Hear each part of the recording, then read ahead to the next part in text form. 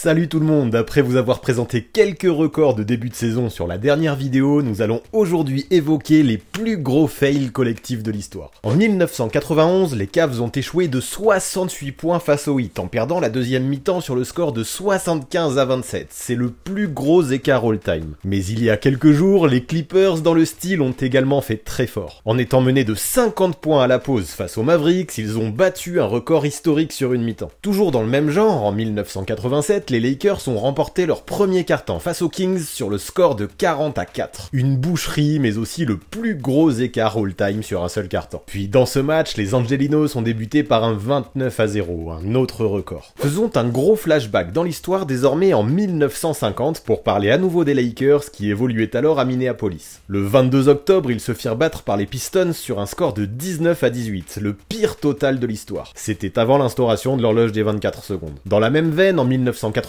les Bulls, champions en titre, n'ont scoré que 49 points face aux Heat, un record de médiocrité depuis l'instauration des 24 secondes. Pour ce qui est des playoffs, les Bulls sont encore dans le coup, mais de façon bien plus glorieuse. Lors du match 3 des finales 1998, le Jazz face à eux n'a scoré que 54 points, soit le plus petit total de l'histoire des playoffs. Toujours dans les plus petits totaux, notons que les Mavs en 1997, puis les Warriors en 2004 n'ont inscrit que 2 petits points en un quart-temps. C'est la plus petite somme all-time, mais ce score peut encore être battu, car heureusement pour ces deux équipes, elles n'ont pas terminé Fanny. Pour ce qui est du pire total sur une mi-temps, il appartient aux Hornets en 2006, avec seulement 16 points, 8 dans chaque quart-temps. Parlons d'adresse et revenons aux Bulls 1999, qui n'avaient inscrit que 49 points face aux Heat. Ce jour d'avril, ils ne shootèrent qu'à 23,4% de réussite, avec un 18 sur 77 au tir, un autre record de médiocrité. Toujours dans ce secteur, parlons des Nuggets de 2012, qui en 22 tentatives à 3 points sur un match n'en rentrèrent pas une seule. C'est le record de tir longue distance sans en mettre un seul sur une même rencontre. Pour être complet, parlons des lancers francs également. En 2014, les Pistons terminèrent leur match à 3 sur 17 derrière la ligne de réparation, soit 17,6% de réussite. C'est la pire adresse all-time pour une équipe ayant tiré au moins 10 lancers dans le même match. Enchaînons désormais avec les stats sur les défaites. Pour ça, impossible de ne pas parler des Cavs 2010-2011 et des Sixers 2013-2014 qui ont perdu 26 matchs consécutifs, les deux pires séries de ce type de l'histoire. Aussi, lors de la saison 2011-2012, raccourcie en raison du lockout, les Bobcats n'ont remporté que 7 matchs sur 66, soit 10,6% de wins. C'est purement et simplement le pire bilan all-time. Enfin, pour conclure en beauté, partons sur le top 5 des plus gros écarts depuis la création de la NBA. Pour ça, on vous laisse en musique et vous allez voir, il y a du très lourd.